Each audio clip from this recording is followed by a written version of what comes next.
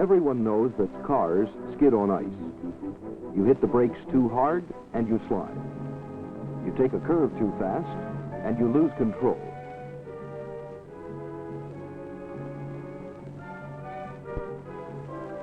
Cars are more liable to skid on wet pavement than dry. Everybody knows that too. But what most drivers do not know is that with water on the pavement, a car can behave just the same as on ice. And it can happen to the car that you drive, as well as to the test cars that you will see in this film.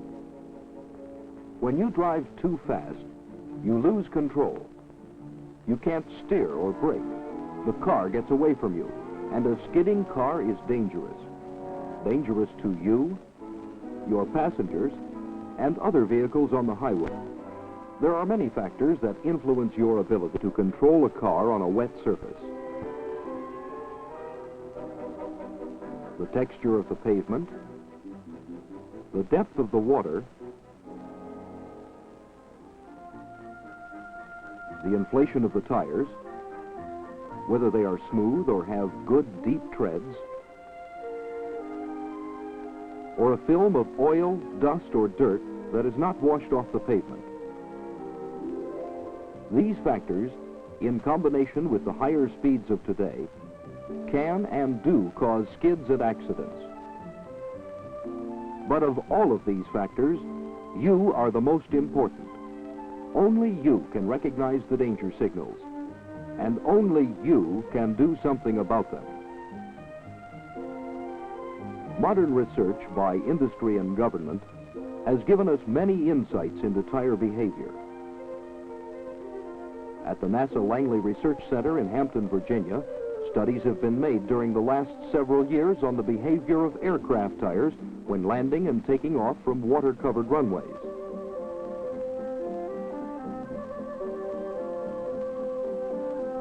Actual test films show what happens.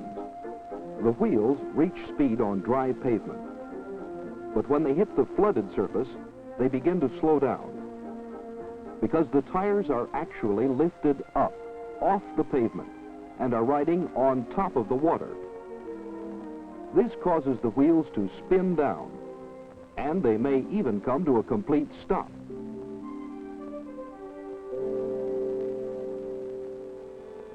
Further studies have led the researchers to the conclusion that their work on airplane tires could be applied to automobile tires, and that here is vital new information to tell the driving public.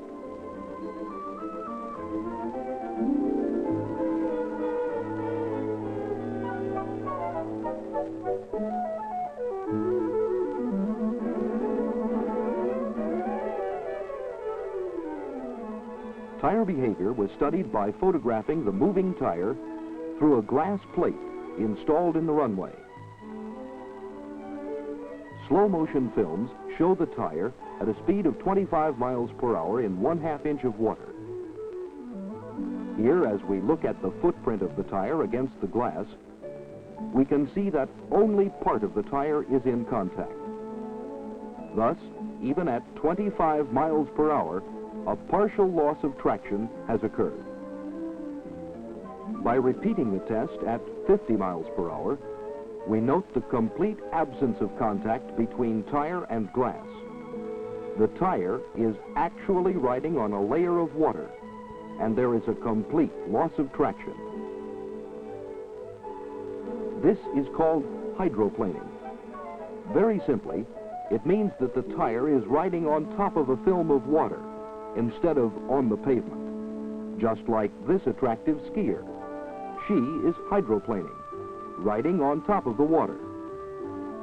Here, the upward force which the water exerts on the ski is dependent upon the speed of the ski. At this speed, the force is sufficient to keep the ski and the young lady on top of the water.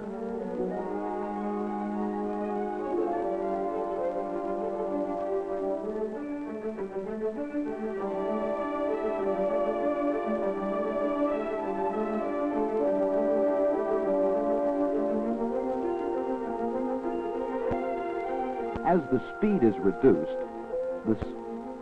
then as the boat picks up speed, she rises to the top and is again hydroplaning of the water. The same thing can happen to your car if you're driving too fast on wet pavements. The tires ride up on the water surface and hydroplane, just as the skier did. When this occurs, you have no control over your car. Now, when does tire hydroplaning occur? When the speed of the vehicle, tire pressure, water depth, pavement surface, conditions of the tire, whether smooth or good tread, are so combined that the tire loses contact with the pavement. Research studies conducted by NASA have shown that new automobile tires will hydroplane in less than 1/2 inch of water, and smooth tires in less than 1/10 of an inch of water at the following speeds: 42 miles per hour when the tire pressure is 16 pounds, 51 miles per hour and pressure 24 pounds, and 59 miles per hour and pressure 32 pounds. But recall that partial loss of traction occurs well below these speeds. Further research studies have been made by the engineers of a major tire company in England. And here in their test lab, you will see what happens to a tire under controlled conditions. A large drum starts to roll with a load of 800 pounds holding the tire against the drum.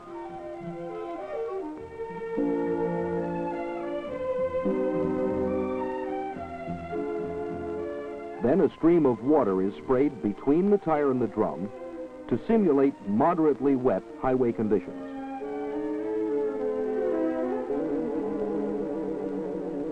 When the drum and tire speed is increased to 60 miles per hour, we see that the tire is losing traction and spinning down.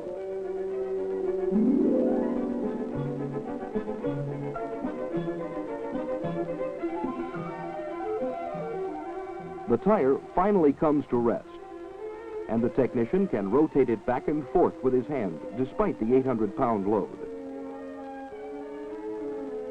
A wedge of water is penetrated completely under the tire so that it is no longer in contact with the drum. The National Aeronautics and Space Administration and the Bureau of Public Roads of the Department of Commerce conducted demonstrations to show what happens to vehicle braking and steering when the pavement is wet. A special area was prepared, and tires just like you drive, varying from smooth to good deep treads, were used in the test. While it looks deeper, the test surface water depth averaged less than 1/10 of an inch. It was demonstrated repeatedly that on this moderately wet, smooth surface, cars equipped with tires having good deep treads did stop in shorter distances than cars equipped with smooth tires. At 20 miles per hour, good tires, 40 feet. Smooth tires, 65 feet. At 30 miles per hour, good tires, 100 feet. Smooth tires, 165 feet. At 40 miles per hour, good tires, 185 feet. Smooth tires, 300 feet. A curve lane test demonstrates that at 40 miles per hour, without applying the brakes, the car equipped with good deep tread tires can hold the curve. But at 45 miles per hour, the same car could not hold the curve. Thus, loss of traction experienced on wet pavements below hydroplaning speeds can result in serious braking and steering losses.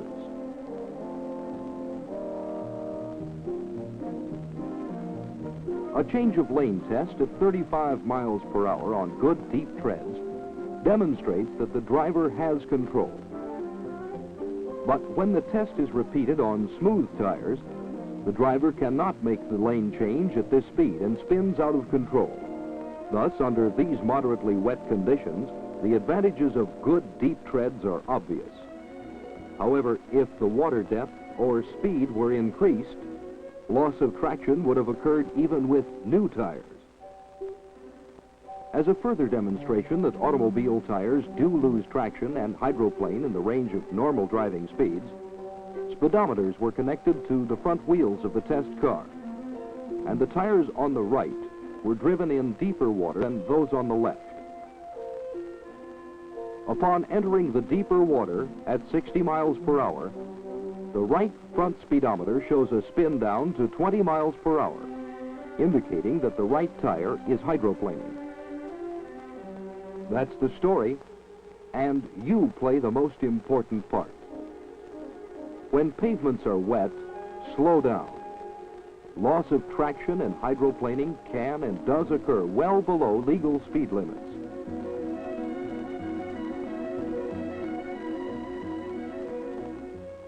Use good tires. Be alert for wet spots, especially when you can see standing water. Increase following distances. Adjust your speed to road conditions. The highways are only as safe as you make them. Be a safe driver.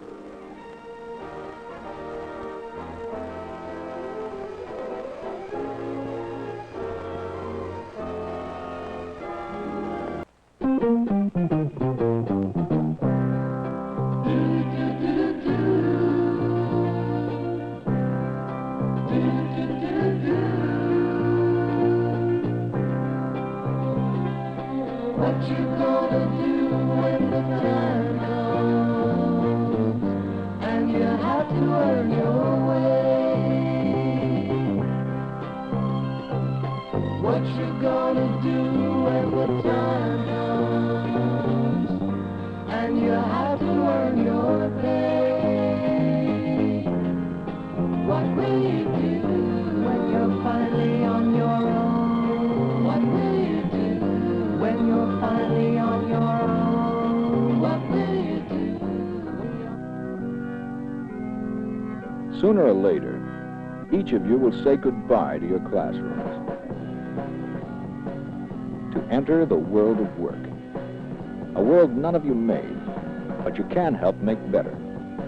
A world that permits you to be self-reliant, to pay your way from the salary and wages you earn for work performed in a variety of career occupations. Time spent now, planning for that world, may be the best investment you ever make. This film will tell you about one career area, open to young people, mostly young men. Before it is over, you should be able to answer for yourself the question, is a career in machining for you?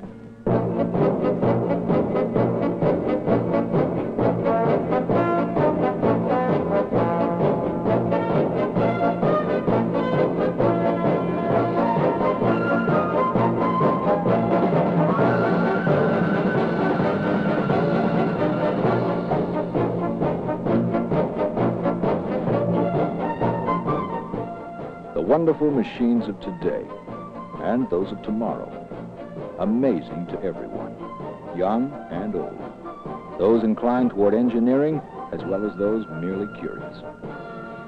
You yourself, no doubt, have watched these machines in action at construction sites, on the road, in laboratories, on the TV screen, surprised, many times astounded by the complexity of their many parts.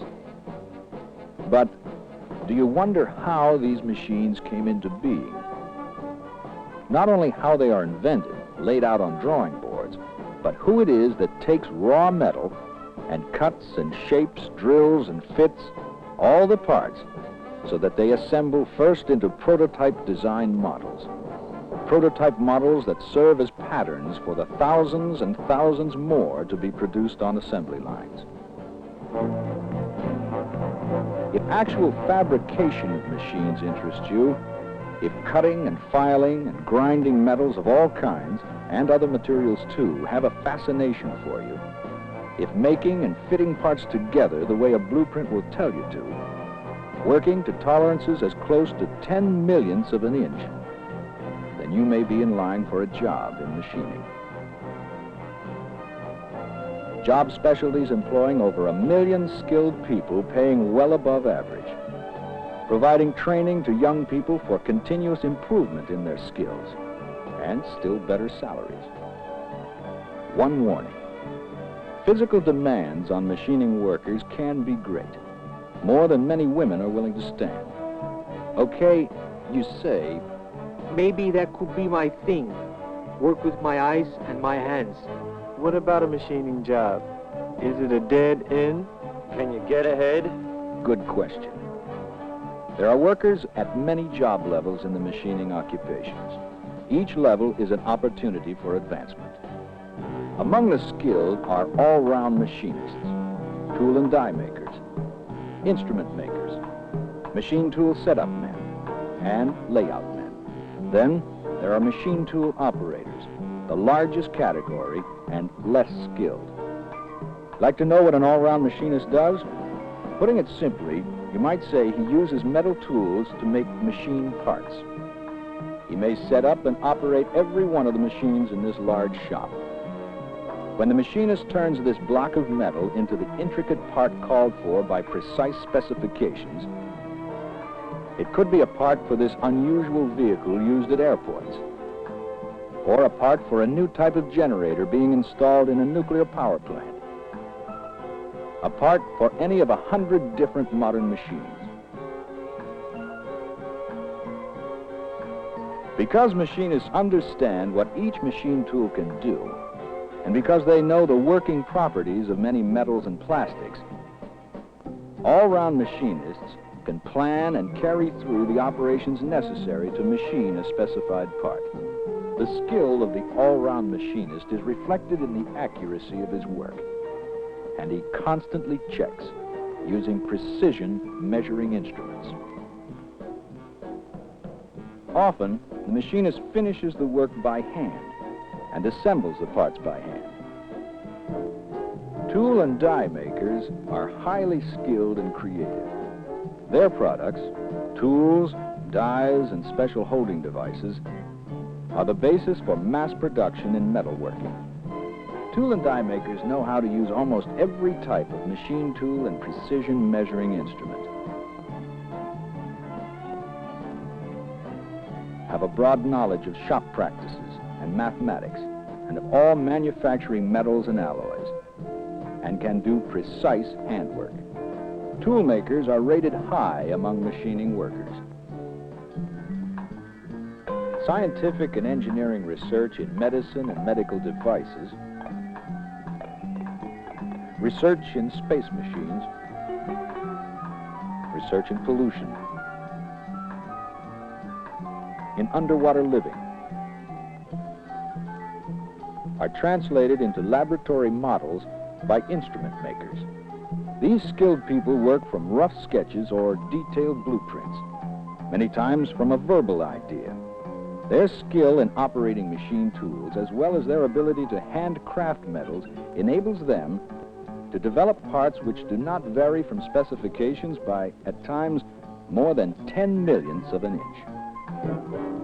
Plants and machine shops that do large volume machining use skilled specialists, setup men. They are the ones who set up the machine tools so less skilled machine tool operators can use them. They set the operating speeds, operating sequences, adjust the guides, stops, and other controls. Although many metal cutting machines today are controlled by punch tapes, the setup man has the job of making sure the machine is operating properly. Another type of skilled worker, the layout man, marks metal castings, forgings, and other metal stock to indicate where and how much machining is required. The layout man uses many instruments to prepare a piece for machining. He must work with extreme accuracy. He's familiar with the operation and capabilities of all standard machine tools.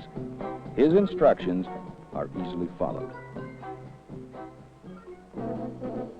Machine tool operators work with a variety of machine tools, though most of them specialize on one or two. These are the tools that turn out the thousands of identical parts needed on lines, where all sorts of products are assembled, from trucks to typewriters, cranes to computers. A machine tool operator places rough metal stock in a machine tool and makes minor adjustments as necessary. The operation sequence and speeds have been set in the machine by a more skilled worker. With experience and training, the machine tool operator can advance to a more skilled category. Where will you find all the people and all the machines you've seen making everything? You'll find the bulk of the more than 1 million machining workers where machinery is being built, transportation equipment, fabricated metal products, electrical machinery, and electrical equipment. And you'll find some working in railroad repair shops, in maintenance shops in textile factories, and paper, glass, and chemical plants. And of course, in the armed services. Other machining workers are employed in research laboratories where unusual creative ability is required to carry out the requirements of research scientists and engineers. And machining workers are required by the armed forces at military facilities throughout the world, where they repair and modify metallic and non-metallic parts for all types of military machines. Training in the armed forces includes learning how to operate all types of machine tools, which enables service personnel to get high-paying, interesting jobs in industry when their time in the service is completed. You'll find that wages in the machining occupations compare most favorably with those in other industrial occupations. Rates vary in different areas of the country. Apprenticeship is the usual way you enter the skilled machining occupations. Tests and interviews help determine whether an applicant has the aptitudes and temperament to perform this type of exacting work. Good vision and judgment of depth and distance are a basic requirement, as is good hand and eye coordination. During the apprentice's formal on-the-job training period, he learns all aspects of his chosen work. He gets to know the hand tools and the different machines, their operations, their capabilities. He's taught the use of measuring instruments, from the very simple to the very complex. Classroom training includes blueprint reading and mathematics, usually taught in the local high school through special arrangement with public school authorities. Those with special aptitude may become programmers, preparing the coded tapes which operate numerically controlled machines. Many move ahead to become machinists, tool makers, instrument makers. A good many advance to supervisory positions and to technical positions such as tool and die designer. Some open their own shops, becoming subcontractors to the firms they originally worked for. Since industrial plants and research establishments requiring machining workers are located in almost all parts of the United States, you can almost pick the section of the country in which you'd like to live.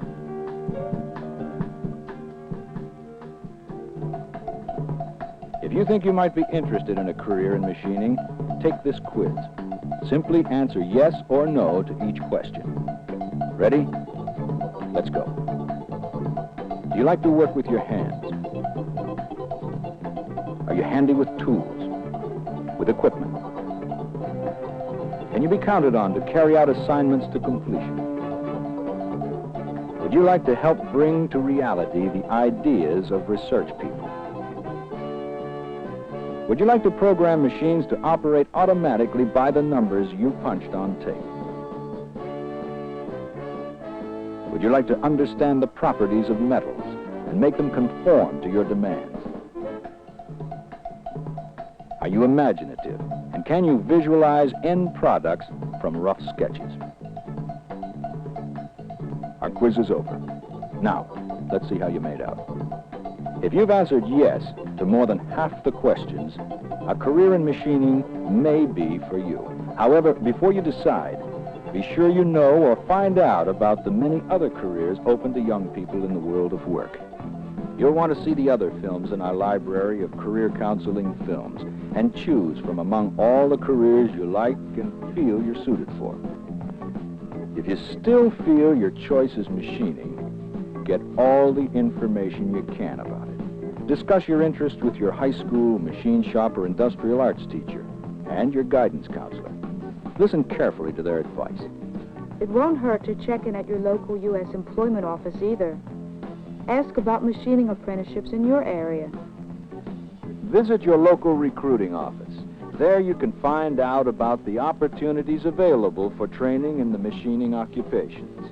And if your choice stands up, get moving toward your goal. Take the courses your counselor advises you to. Courses that will help in your apprenticeship.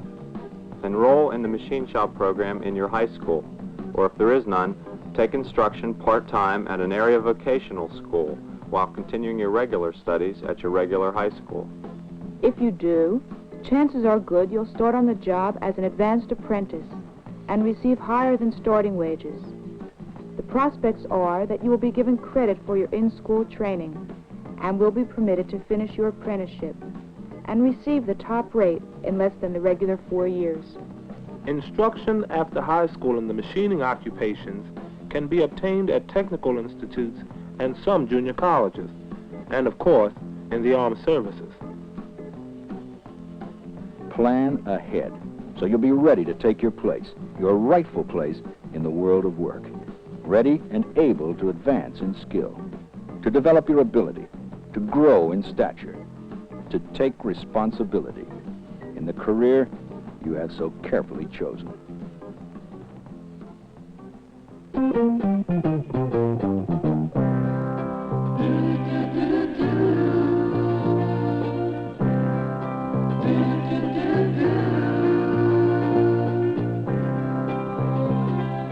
What you gonna do when the time comes and you have to earn your way? What you gonna do when the time comes and you have to earn your pay? What will you do when you're finally on your own?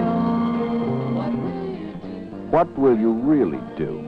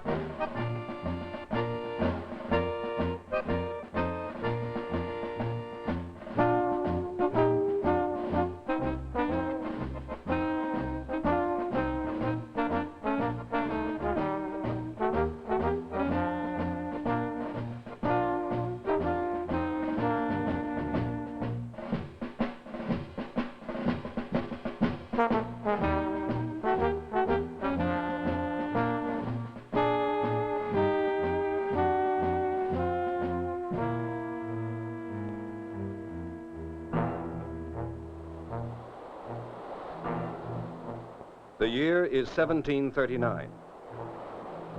In colonial America, there were free people, indentured servants, and slaves. £6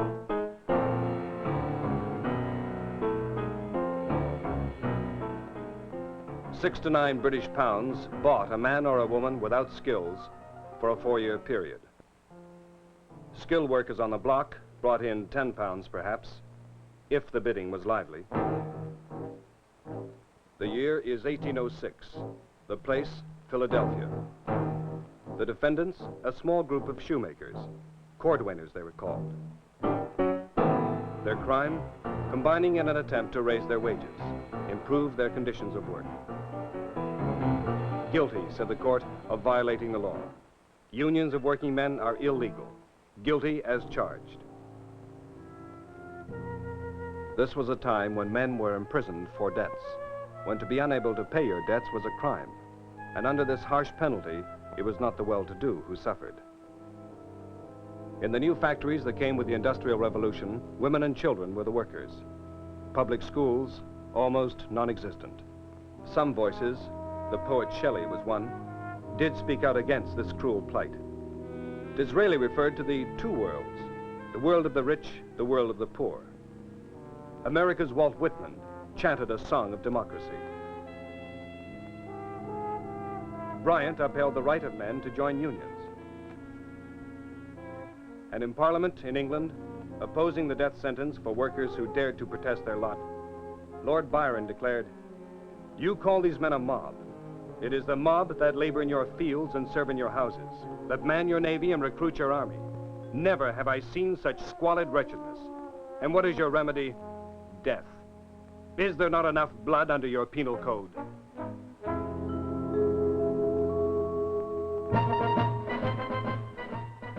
Now the year is 1830, the place, New York, and wage earners were beginning to find their voices too.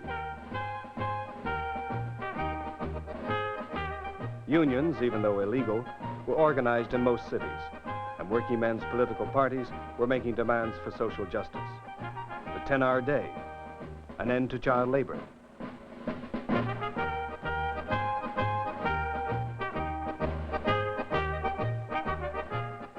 In New York, Frances Wright, the woman reformer, together with George Henry Evans, Robert Dale Owen, Thomas Skidmore, led the campaign which established the public schools, broadened the right to vote, closed the debtors' prisons, finally. But slaves continued on the block. "I tremble for my country," Thomas Jefferson said, "when I reflect that God is just and cannot sleep forever." Some helped them escape through the Underground Railroad to Canada. Others, fighting slavery, gave their lives. John Brown. "Had I so interfered on behalf of the rich, it would have been all right. To have interfered on behalf of his despised poor, I did no wrong. Now, if it be deemed necessary that I should forfeit my life, I say, let it be done." The date, January 1st, 1863. Abraham Lincoln signs the Emancipation Proclamation. All persons held as slaves are and henceforth shall be free.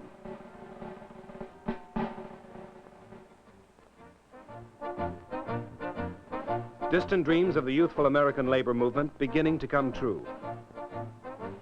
Land-grant colleges established for farmers and wage earners.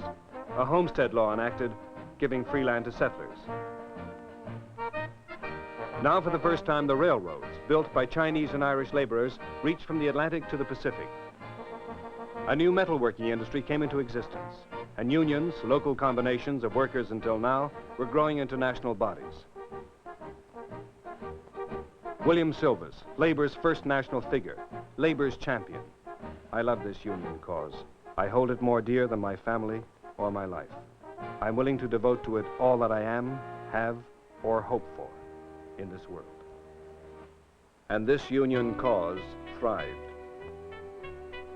The National Labor Union was formed. A National Labor Party met. Then, after the Civil War boom, the crash, the hunger and violence of the great upheaval, strikes by desperate men and state troopers called out to break them. In Pennsylvania, Irish immigrant miners, denied the right to belong openly to legal unions, had organized a secret society, the Molly Maguires, to protect their claims to justice as workers. The evidence on which 10 Mollies were convicted was found to be false, 75 years after they had gone to the gallows and were hanged. Frank Farrell introduces Terence V. Powderly to the annual meeting of the Knights of Labor. Their creed, universal brotherhood. And in 15 years, 700,000 members had rallied to that idea. The Knights launch a nationwide campaign for an 8-hour day. Then at Chicago, May 4th, 1886. 4 men killed by armed strikebreakers at the McCormick Works plant. In the evening, without warning, police attack a workers' protest meeting. There is shooting. A bomb is thrown. And before the clash is halted, 10 lie dead, 100 injured. 6 years later, the innocence of the Haymarket anarchists was revealed. But again, too late for the executed, and for the Knights of Labor, destroyed with them. The first Labor Day, and to lead the March of Labor with the first plan for successful union organization, 3 men appeared. Samuel Gompers, earning his way as a youth, reading books aloud to cigar makers, while they listened and worked. The other 2, Peter McGuire of the Carpenters Union, Otto Strasser of the cigar makers. Said Strasser, "We have no ultimate ends. We fight only for immediate objects." 1881, they helped to create a federation of organized trades and labor unions. 1886, it becomes, with Gompers as president, the American Federation of Labor. But the road for workers was a hard one still, and in more than one trial, defeat. Now they are pitted against the Pullman Company, makers of railroad cars. On trial is Eugene Debs, his prosecutor, the Attorney General of the United States. For the defense, the famous Clarence Darrow. The issue before the court: can a law intended to regulate business be used to authorize labor injunctions? The answer, yes. Debs went to jail, the strike was lost, the union destroyed. The turn of the century, and great waves of immigrants coming to America. Italians, Greeks, Irish, Czechs, Poles, Romanians, Russians, Jews, 1 million a year. Seeking freedom, they found slums.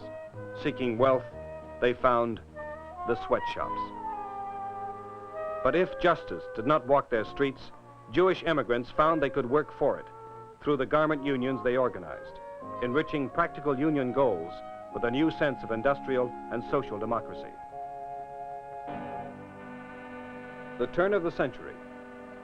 Pope Leo XIII emphasizing the right of workers to join trade unions. President Teddy Roosevelt warning of the growing hold of monopolies, urging their regulation. J.P. Morgan, banker, putting together U.S. Steel, International Harvester, the great corporate trusts.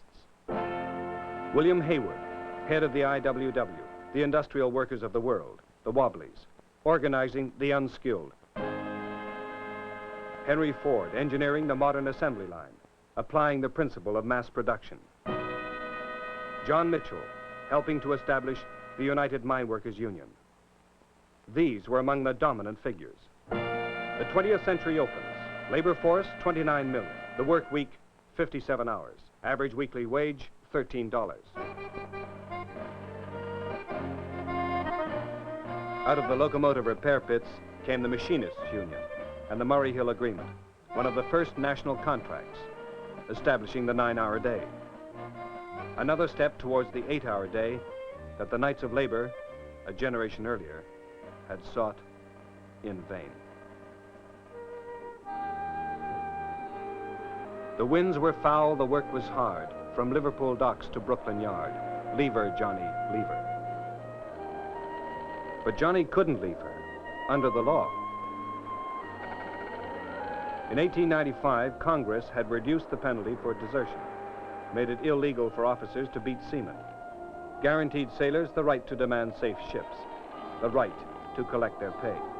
But the Supreme Court said the law was unconstitutional, just as it said a law forbidding child labor was unconstitutional.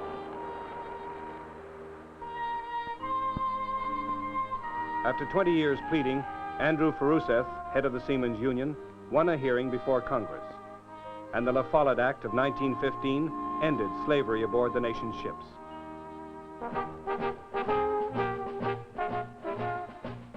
1912, the Clayton Anti-Monopoly Act.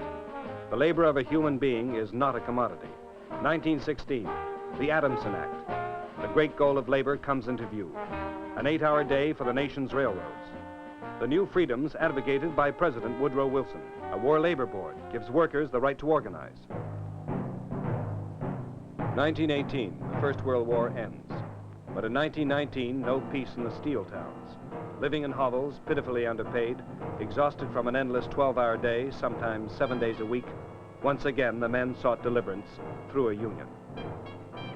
24 craft unions banded into a single committee. Responding to appeals in 29 languages, 100,000 workers flocked to join within a year. But the companies refused to negotiate. Said the New York World, the Pennsylvania State Constabulary, the dreaded coal and iron police, has been concentrated at commanding points. In the end, violence. The strike lost. 20 dead, 18 of them union members. Said a Protestant church commission, U.S. Steel is too big to be beaten by 300,000 workers. 1920, the labor force, 42 million. The work week, 50 hours. Average weekly wage, $35. 1924, for the AFL, a difficult period.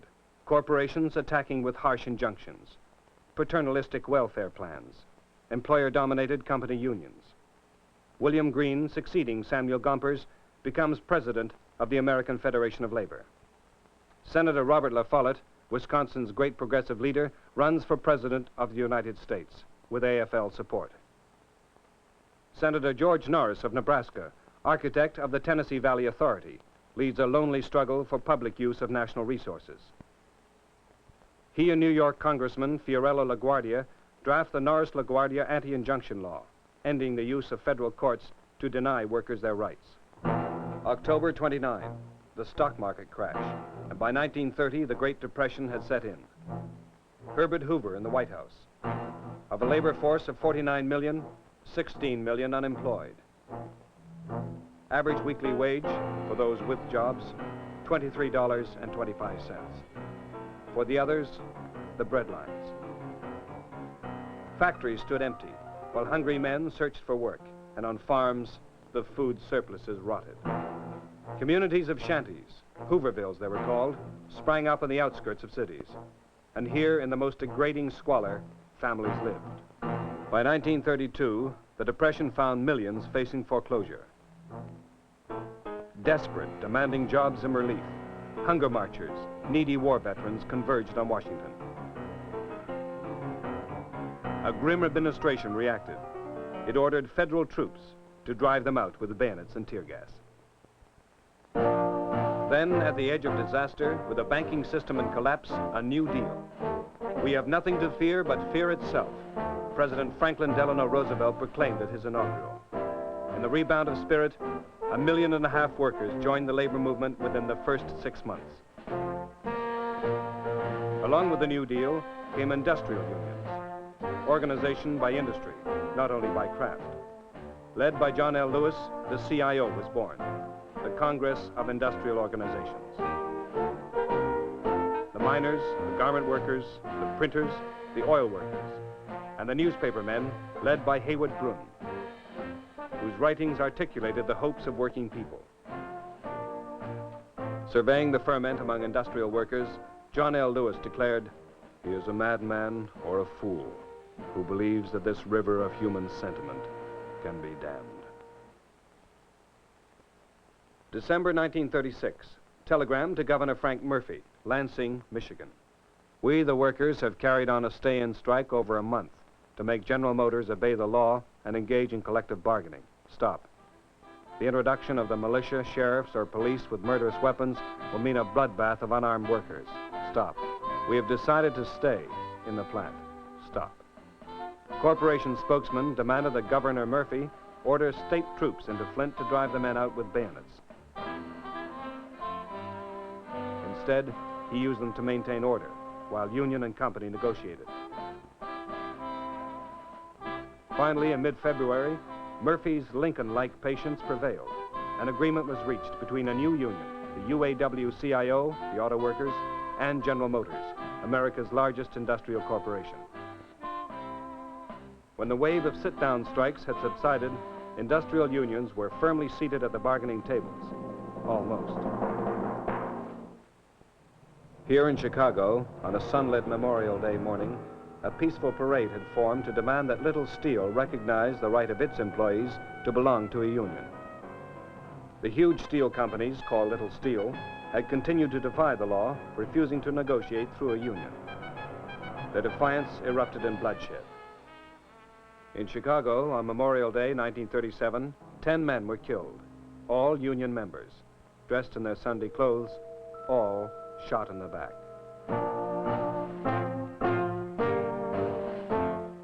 The grim truth of the massacre would never have been known, but for the efforts of a Senate committee presided over by young Bob La Follette, investigating corporate violations of civil rights.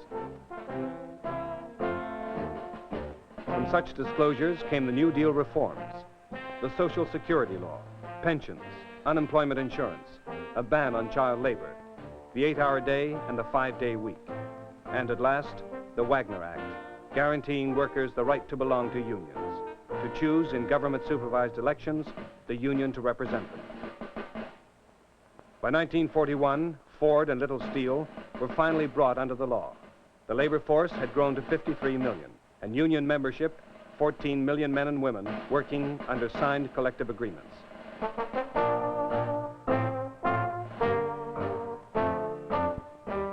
Philip Murray, successor to John L. Lewis as president of the CIO, directed the organization of steel, negotiated the first Ford contract.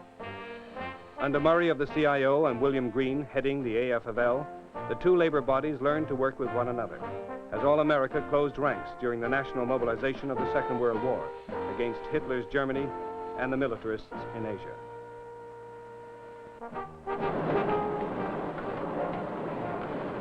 On the home front, union members turned their energies to the national emergency. In the shops and factories of America, production soared. Through their unions, wage earners, ordinary men, free men, purchased defense bonds, donated to blood banks, helped organize industry councils, participated in rationing boards and economic councils, helped mobilize the economy. 1949, and a new union, the Communications Workers of America.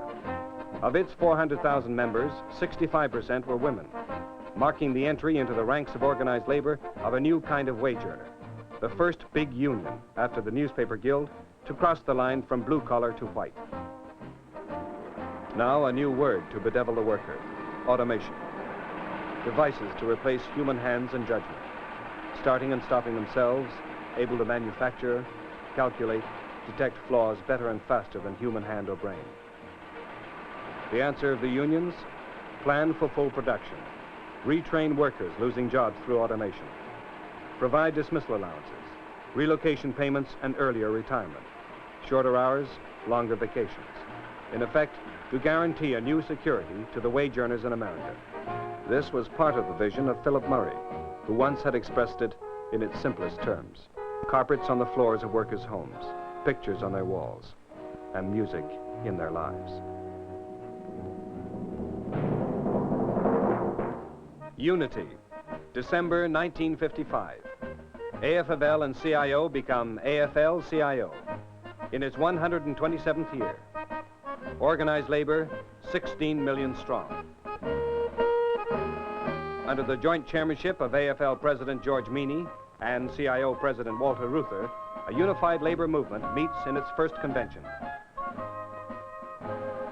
Now the 16 million become a part of 60 million workers throughout the world, members of the International Confederation of Free Trade Unions, seeking a modern version of the justice a small band of cordwainers sought in colonial Philadelphia a century and a half ago.